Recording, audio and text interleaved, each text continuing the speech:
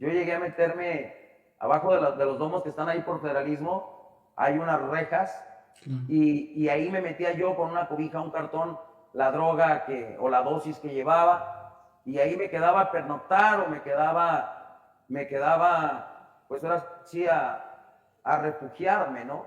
A refugiarme en las noches, hasta que pasaban los que estaban limpiando las vías y me sacaban a pedradas de ahí. Valora Radio presenta un programa especial para ti, una estación de Valora Conciencia en los medios. Escúchanos también a través de www.valoraradio.org o en Spotify como Valora el Podcast. Quédate con nosotros. Iniciamos. No tengas miedo al mundo, Él te acompañará.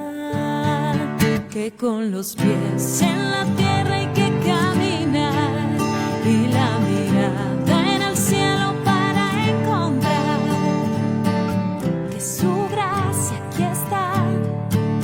Valora Radio. Estamos enlazando la llamada directamente de Guadalajara hasta Tala, Jalisco. Nuestro invitado se llama Héctor Miranda y nos va a compartir un poquito de su historia de vida, cómo es que él antes tenía todo, incluso era profesionista, era un empresario, era una persona con negocio y desafortunadamente por el alcohol, por los vicios, lo perdió todo. Sí que fue muy difícil aceptar esta condición, aceptar que tenía un problema con el alcohol o que tenía estas tendencias adictivas, ¿no? Que yo era una persona diferente, porque desde ahí, cuando no se puede manejar la aceptación, pues se convierte en un problema, porque si no aceptas lo que tú tienes, lo que tú vives, lo que tú sientes, lo que tú haces, o lo que tú estás pasando en algún momento determinado, pues definitivamente estás condenado a replicar y replicar este tipo de situaciones, ¿no? Claro. Y hoy que reconoces esta enfermedad, ¿qué te llevó a? ¿Cómo fue? ¿Cómo fue tu proceso? ¿Cómo descubres que tenías una enfermedad? Mira, yo de alguna manera, en un principio, yo no tenía planeado en ningún momento, pues, caer en esta condición. Yo tenía planes de vida diferentes. Yo en algún momento, muy, muy joven, inicié un proyecto como empresario o emprendedor. Yo vendía tenas parabólicas mucho tiempo. Y entonces me situé pues en un lugar de éxito con respecto a lo que hacía, pero había una necesidad de pertenecer a algo más, ¿no? O sea, yo traía muchos problemas pues de valoración, que a veces cuesta mucho trabajo como mencionar, aunque tengas referencias o aunque tengas estudios o aunque escuches de algunas personas especializadas en esta área, pues cuando no lo niegas o cuando no quieres externar todas estas cosas que vives, pues probablemente se convierte en un factor de riesgo, ¿no? Y eso fue lo que me pasó. Se convirtió en un factor de riesgo, yo buscando pertenencia a los lugares y las personas que tenían éxito. Y entonces me fui descarrilando, como dicen por ahí, poco a poco. Y también fui dándome cuenta que cuando empecé a consumir alcohol, empecé a sentirme libre, empecé a sentirme pues integrado, empecé a sentirme contento, empezó a desaparecer en mí el miedo. Yo no consumí alcohol a temprana edad, yo consumí alcohol hasta los 25 años, contrario a lo que muchas personas experimentan. Y cuando yo tuve este contacto con el alcohol, para mí fue algo maravilloso, porque se fueron todos los miedos y empecé a vivir una vida diferente, pero no me daba cuenta de a lo que me iba a llevar esta carrera desenfrenada, porque con el tiempo pues, empecé a consumir drogas a los 28 años. No es común que una persona consuma drogas a esta edad o consuma alcohol a la edad que empecé a consumir alcohol. Mi situación de rechazo hacia el alcohol era precisamente porque yo había venido de un entorno en el que mi padre era abogado y que mi padre muchas veces cuando bebía alcohol, Ujú, él no consumía drogas, pero bebía alcohol y entonces se transformaba, ujú, se transformaba totalmente su personalidad y, y pensaba yo, si eso es beber alcohol, pues yo no quiero beber alcohol, yo no quiero jamás consumir ninguna sustancia que me lleve a tener que sufrir o hacer sufrir a las personas que me aman. así Y es. entonces por eso era mucha mi resistencia. Pero sin embargo, cuando ya empiezo a consumir alcohol y veo, según yo, que no tenía las mismas actitudes que él tenía, dije, pues lo que pasa es que, que mi padre está exagerando, ¿no? Mi padre se está haciendo tonto, mi padre Claro. aprovecha el estar borracho para abusar de mi madre, para decirnos la sarta de tonterías que nos dice, Ujú, y entonces, pues se convierte esto en un juicio hacia mi padre, en el cual poco a poco yo empecé con esta carrera alcohólica claro. que después se dispara en mí, pues una obsesión. Cuando yo empiezo a consumir drogas, me doy cuenta que puedo seguir bebiendo por más tiempo y Ujú, entonces me engancho también del consumo de cocaína y primeramente inhalado, que luego me empieza a traer con el tiempo pues muchos problemas ujú, que yo no esperaba tener, porque pues, uno de los problemas fue que desatendí mi negocio, lo cual hizo que el negocio se fuera a pique, y ok. entonces pues ya caído, yo todavía tenía la idea de que podía volver a surgir, ¿no? Sí, sí. Pero después llego a casa y se empiezan a presentar otro tipo de situaciones. Me piden el divorcio porque probablemente ya estaban cansadas, o sea, la mujer con la que yo había creado una familia, Sí. la que era mi esposa, pues ya estaba cansada de las constantes llegadas tarde, de las constantes mentiras, de las constantes justificaciones, de que empezaba a haber pues ya falta de dinero porque yo estaba destinando el dinero que yo ganaba precisamente al consumo y pues me piden el divorcio y Sí. pues eso emocionalmente me derrumba, me ponen una orden de restricción para no poder acercarme a mis hijos, Ujú, se dan un montón de circunstancias, ¿no? claro. Entonces me tengo que salir, me sacan con la fuerza pública de mi casa, me tengo que ir nuevamente al entorno familiar, a volver allá a casa de mis padres y empiezo a justificar muchas cosas. O sea, yo no sabía en ese momento, yo no sabía que padecía, que padecía de alcoholismo, que padecía de drogadicción. O sea, yo lo veía como Ujú, un juego, yo lo veía como un pasatiempo, yo lo veía como algo común, ¿no? O sea, porque pues, el alcohol está permitido sí. y entonces no tiene por qué ocasionar más graves efectos en las personas eh, comunes, ¿no? Porque yo me consideraba una persona común.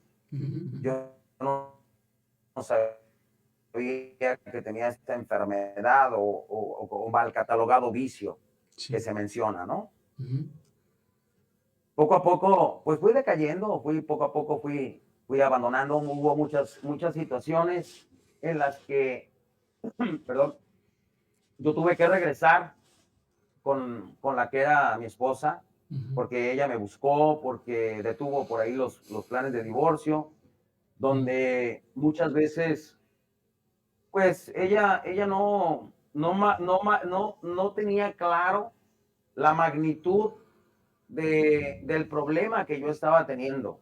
A pesar de que ella era licenciada en psicología, ujú, no tenía claro, porque no teníamos como en esos tiempos tantos estudios como los hay en la fecha ujú, de lo que es esta enfermedad, ¿no?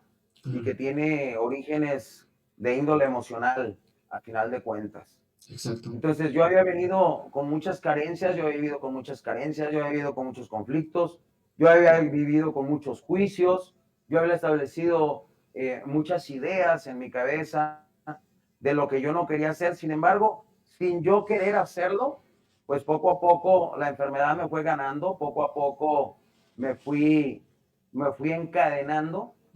Muchas de las veces justificamos con la creencia de que yo puedo hacer mi vida a la manera que yo quiera o como yo quiera, que nadie tiene que controlarme, que tengo la capacidad pues de controlar la bebida, de controlar una adicción. Entonces fueron muchas circunstancias, o sea, empecé a drogarme ni siquiera porque yo lo quisiera, sino por buscar pertenecer a un entorno social, por buscar pertenecer así a un círculo económicamente prominente. Y entonces, poco a poco, pues fui creando esta adicción. Digo, el día de hoy puedo decirte que así inician todas las adicciones, primero con el uso, continúan con el hábito y terminan en el abuso. Y eso soy yo, una persona que ha terminado en el abuso y después me fui encarrilando, ahora sí que al abandono, porque así son las adicciones. Ya cuando se apoderan de ti, pues te vas encarrilando al abandono, a la negación, a la idea constante de que tú puedes solo, de que no necesitas ayuda, hasta que terminé viviendo en las calles. Yo viví mucho tiempo, digo, regresé muchas veces con la que era mi esposa, y me refiero muchas veces porque son muchas veces. O sea, lo intenté 12 veces, volver con ella. ¿Sí sabes? Sí. O sea, yo no sabía el impacto que esto ocasionaba. Dejaba de consumir drogas mientras quería volver con ella, mientras quería estar, pues ahora sí que bien con la familia, pero poco a poco se me iba cayendo la motivación y poco a poco empezaba a pensar nuevamente a consumir y empezaba a consumir y lógicamente pues se iba en decadencia, ¿no? Todo se iba para abajo sin que yo tuviera control sobre eso.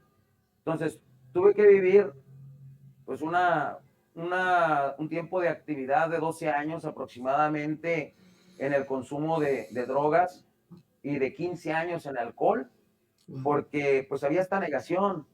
Terminé viviendo en las calles, terminé metiéndome a lugares que jamás me imaginé que me iba a meter, lugares que no te imaginas ni siquiera que existan, ¿sí sabes? Sí. O sea, había lugares que yo jamás pensé que pudiera estar visitando, o sea, lugares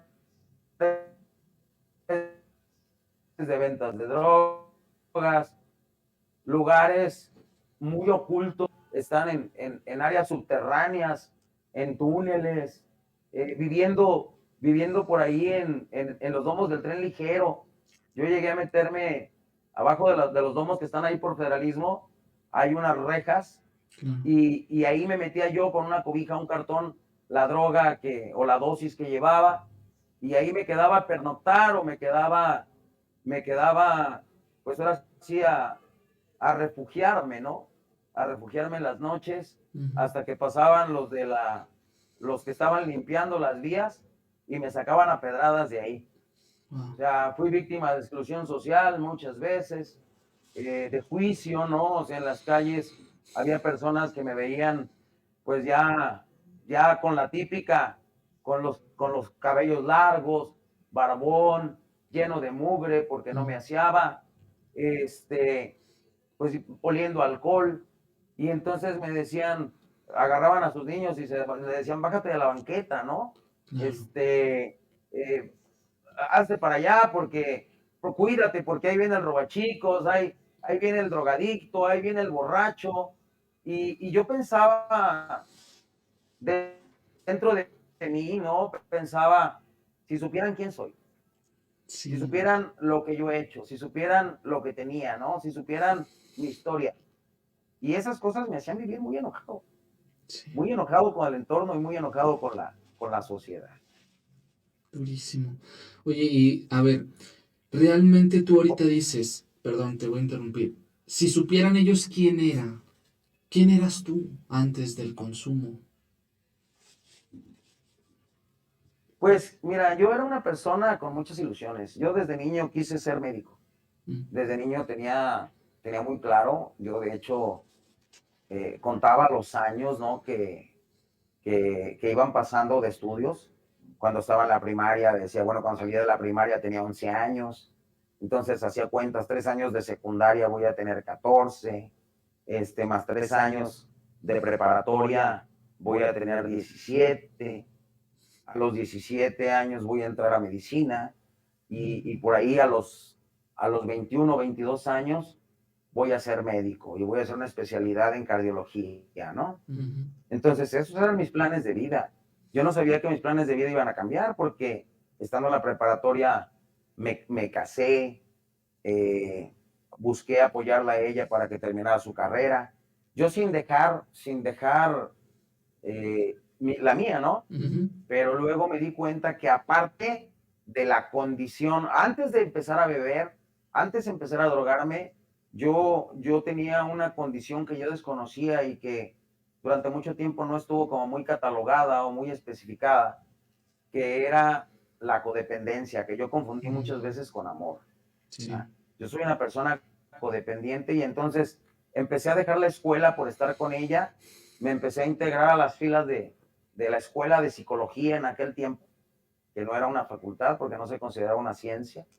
Entonces me empecé a integrar ahí a las filas de la escuela de psicología, empecé a cuidarla, empecé a proteger mis intereses, ¿verdad? O sea, empecé a apropiarme de ella, empecé a hacer como un estorbo en sus clases, un problema. Entonces, yo no sabía que padecía estos sentimientos o estas conductas, que ya desde ahí se estaba manifestando mi personalidad adictiva. Porque muchas de las veces no sabemos que tenemos un problema de esta índole, ¿no? Claro. O sea, yo sí tenía claro lo que quería para mí, pero desconocía cuáles eran mis características personales, cuál era mi manera de ver la vida. O sea, yo desde niño pensé que quería alguien, que quería una familia, que quería tener alguien a quien amar o algunos a quien amar. O sea, que en este caso yo tenía planeado a mis hijos, mi esposa, hacer algo diferente a lo que habían hecho conmigo, ¿no? Claro. Entonces, ese era yo. Pero después con el tiempo y sin darme cuenta, poco a poco, fui cayendo en la desesperanza, fui cayendo en personal, fui cayendo en la depresión, porque también viví depresiones muy fuertes, donde cuando estás deprimido dices, mejor hay que morirse, ¿no? Sí. O sea, mejor me muero para dejar de sufrir. No tengo a la persona que amo, no tengo a los hijos que quiero, entonces mejor me muero. Claro. Y entonces poco a poco empecé esta carrera autodestructiva, ¿no?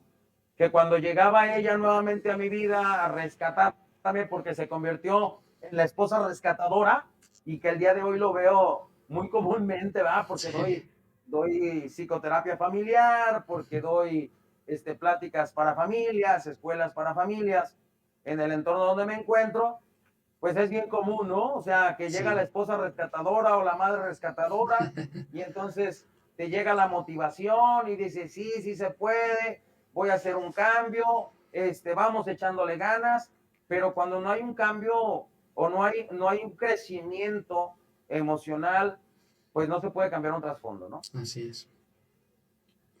Y hoy por hoy, perdón, me gustaría saber, hoy por hoy compartiste un poquito de qué es lo que haces. Ok, ¿cuál fue ese inicio? Tú pasas 15 años en alcoholismo, 12 años en adicciones. ¿Qué es lo que Héctor tiene que vivir para decir, ya basta, hasta aquí? ¿Dónde se gesta ese cambio? ¿De qué forma llega a tu vida? Mira, yo llegué a buscar ayuda porque me decían, no vas a poder tú solo.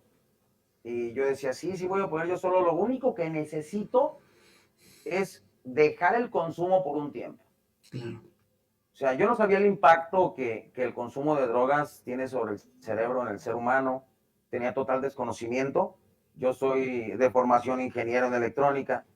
Entonces, pues yo soy una persona de pensamientos muy lógicos. Entonces, para mí lógico es que si un día comes algo que te hace daño, pues no lo vuelves a comer. Claro. Es el pensamiento más lógico.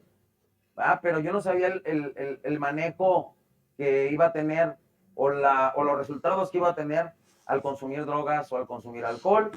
porque eso se convierte, y porque eso se convierte en una obsesión. Ujú. Empecé a buscar ayuda, fui con muchos especialistas en estos tiempos, psicólogos, psiquiatras. No busqué un internamiento, pero fui con psicólogos, psiquiatras, personas especializadas en adicciones Ujú. y desgraciadamente nadie me pudo ayudar. ¿Ah? Ajá. Y no me pudieron ayudar porque nunca fui honesto, nunca les dije realmente lo que estaba viviendo, lo que estaba pasando. Siempre fui a victimizarme a terapia. Claro. Siempre fui a buscar culpables en mi vida. Ujú. Sí, siempre fui a echar culpas. Tiene la culpa la que era mi esposa porque me abandonó. Tiene la culpa mi mamá porque fue agresiva en mi infancia y Ujú. me golpeó con la chancla y me golpeó con la manguera. Hizo 10,000 cosas en contra Sí. mía. Entonces me lastimó muy feo y ¿sabes qué? Ella es la que tiene la culpa de que yo sea de esta manera rebelde y Ujú. enojado con la vida, ¿no? Claro. Entonces, pues como no hubo solución, busqué soluciones en la iglesia, pero ya había estado en la iglesia desde muy niño. Mi abuela se encargó de llevarme a la iglesia y la verdad es que, digo, no tengo nada en contra de la iglesia, ni mucho menos, yo soy católico, pero de formación, más no de práctica, porque también me sentí enojado con Dios en algún momento porque yo quería que Dios actuara, ¿no? Ujú. O sea, si me decían que Dios existía, pues a ver dónde está, pues que me saque de Sí, sí. eso. Que se Ya que los manifieste. psicólogos, pues Dios me va a sacar de esto. Entonces, pues no actuaba de esta manera y pues yo me encontraba frustrado.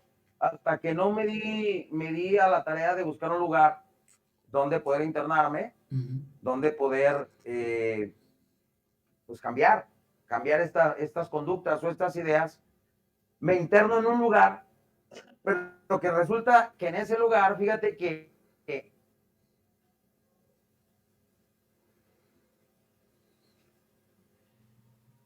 viví muchas experiencias, me di cuenta puse para internarme, eran de que yo iba a poder salir a trabajar cuando yo quisiera. Ok. Y otra de las cosas que yo decía es que no me iba a meter a sus reuniones de oración.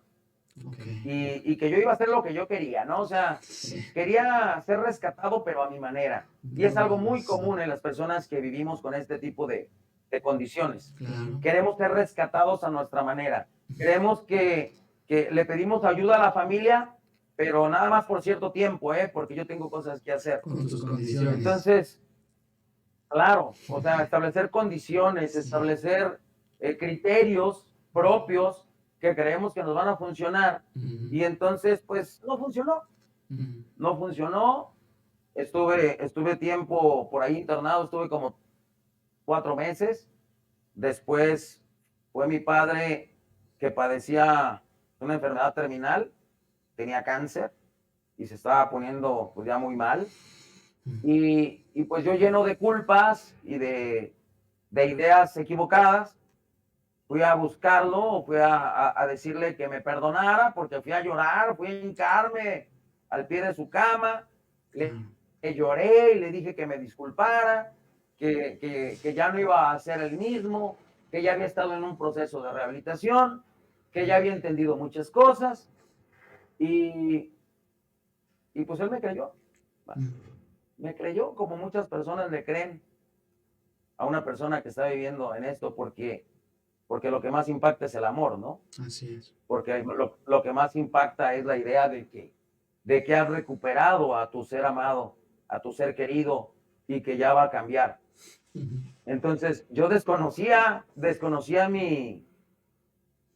mi obsesión mental, desconocía mi condición emocional, porque esta condición emocional siempre ha sido más fuerte que mi inteligencia. ¿Sí sabes? Claro. O Sí, sea, sí. soy una persona muy capaz, soy una persona muy inteligente, pero mis desórdenes emocionales, mis carencias emocionales, mis conflictos emocionales, mis enojos, los resentimientos, los juicios, han podido más que yo. Ujú. O sea, al día de hoy te puedo decir que En coeficiente intelectual soy muy capaz, pero en coeficiente emocional estoy discapacitado totalmente, Wow. porque no sé gestionar las emociones. Sí, sí. Entonces, eso se convirtió en un problema muy grave para mí, que me llevó a nuevamente a recaer, porque no se dieron las cosas como yo esperaba, porque personas de mis características crean expectativas de entorno, expectativas familiares, y entonces, al no cumplirse estas expectativas, pues caes en rebeldía, ¿no?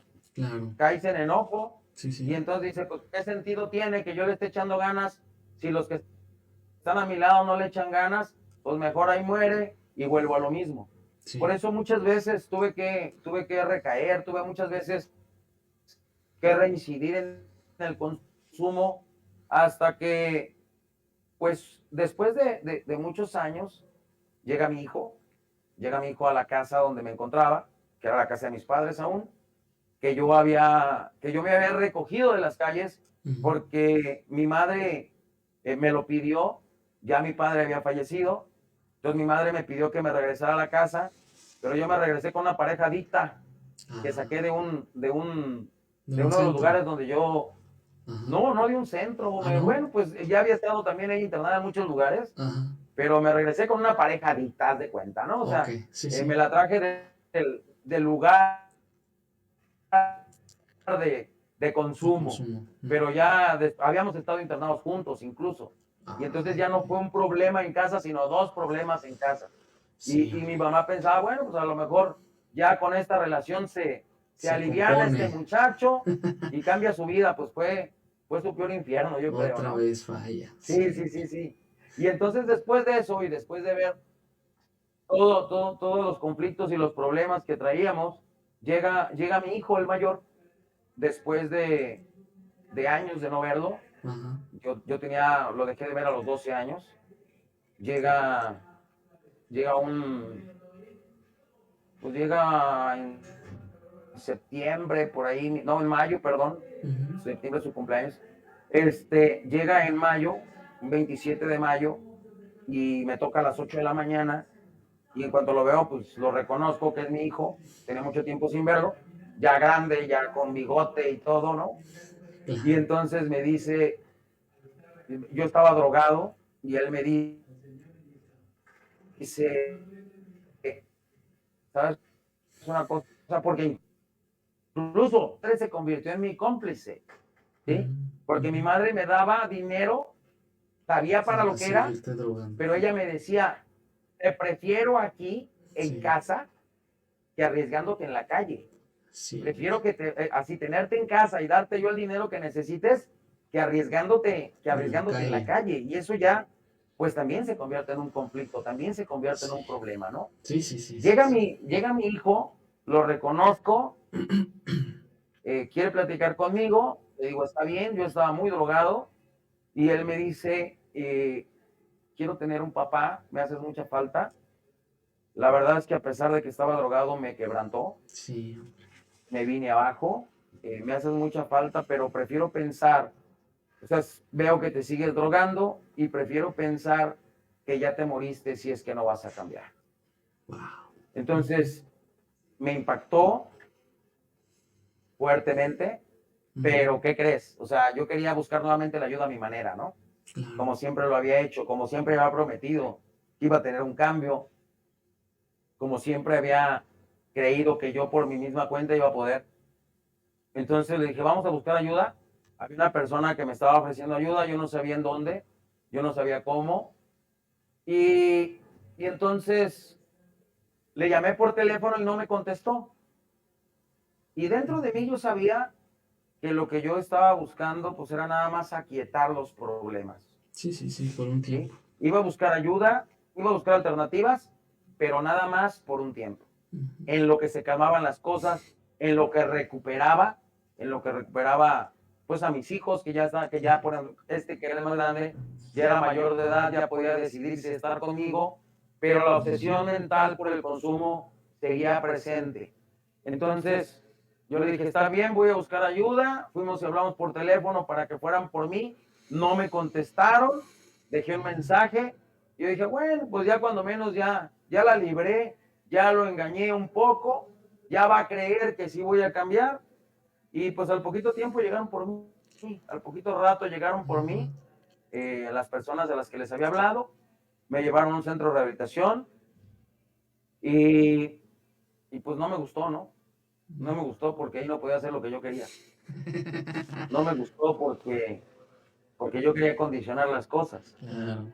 No me gustó porque no comía como yo quería o lo que yo deseaba. Ujú. No me gustaron muchas cosas, o sea, empecé a vivir un tratamiento que yo no quería. Incómodo. Y aparte que aunque yo me había ido por mi propia decisión, pues pensaba que como yo me fui por mi propio pie, como yo pedí la ayuda, El entonces trato iba a ser podía diferente. salirme del lugar cuando yo quisiera. Ajá. ¿Ah? Podía salirme cuando yo quisiera y no me iban a retener y no puedan retenerme. Mm. Entonces, las personas que estaban ahí, los terapeutas, los padrinos, la gente que estaba Consejeros y demás. encargada del lugar, me dijeron, pues, ¿qué crees? Aquí te vas a quedar, ¿ah? Porque aquí te vamos a ayudar. Y entonces tuve que vivir un proceso Mm. corto, definitivamente corto en aquel tiempo, porque yo traía muchas actitudes de mucha ingobernabilidad, Claro. porque yo había estado acostumbrado a vivir en las calles. Cuando se vive en las calles, pues agarras muy malas costumbres, ¿no? Las O mañas. sea, en la calle haces lo que tú quieres, Ujú. siendo indigente o mendigo, pues estás ahora sí que a expensas de los demás, Claro. te conviertes en un parásito y que es bastante provechoso, cuando menos para mí era muy provechoso vivir en las calles. Claro. No me hacía falta dinero, era así como de los que limpian vidrios o de los que mienten que no han comido o que andan Sí.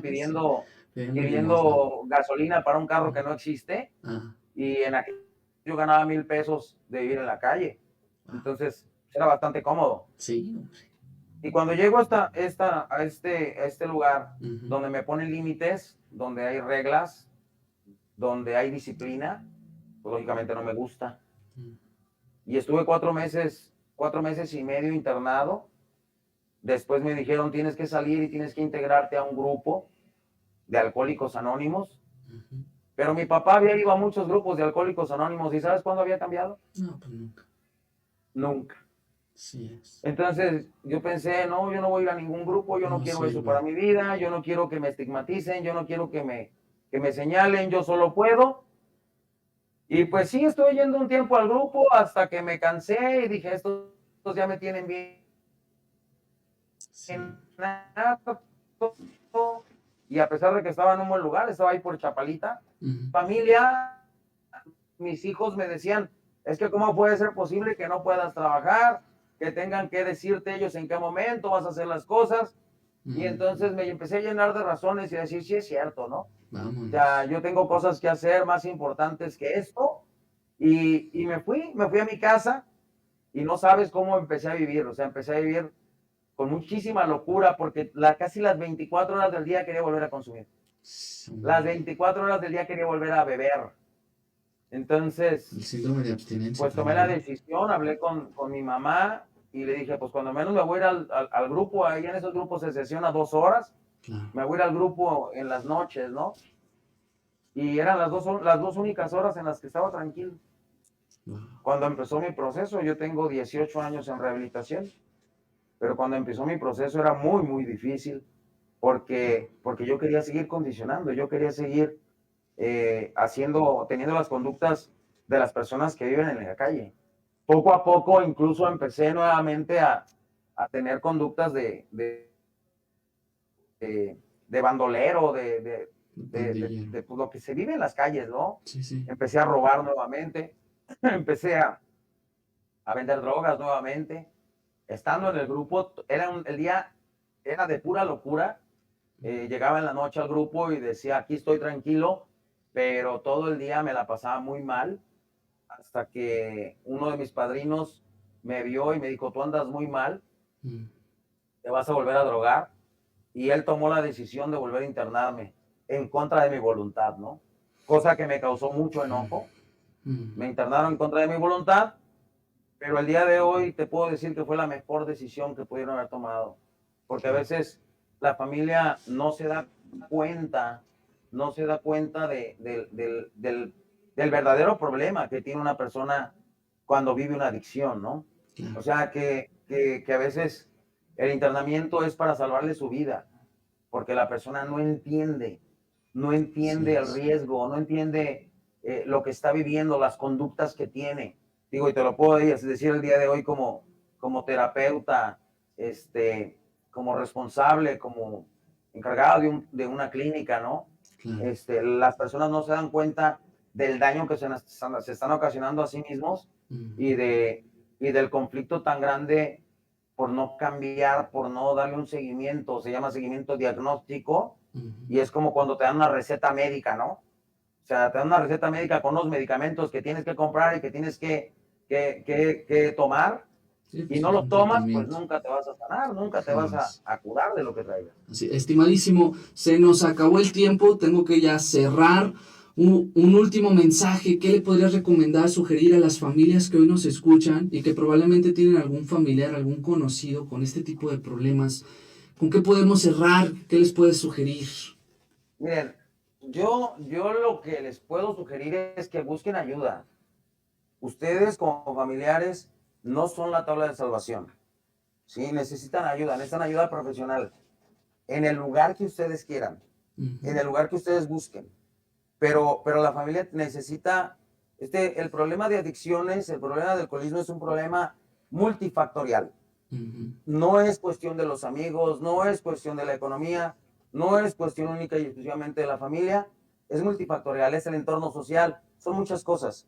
Pero lo más importante es que si quieres ayudar a tu usuario, si quieres ayudar a tu persona, a tu familiar enfermo, también tú tienes que tomar terapia. También tú tienes que integrarte al proceso. Es un proceso integral. Si tú no lo haces como tal, créemelo, no va a funcionar. Es muy difícil que esto funcione si la familia no se integra. ¿Va? Perfecto. Para poder ayudar, pues primero hay que ayudarse. Así Y es lo que siempre les digo a las familias. Ayúdenme a ayudarlos. Porque Así si no, es. esto va a ser imposible. No, Porque hombre, no se entonces puede. pasa lo que pasó conmigo, ¿no? Que mi madre era mi cómplice.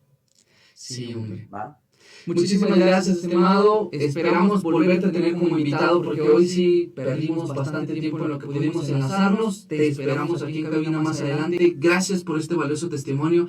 Gracias por compartirnos tu historia y por abrirnos tu corazón. Y recuerda que tú eres protagonista de tu propia historia. Muchísimas gracias, Héctor. Un abrazo, bendiciones. Hasta la próxima. Gracias.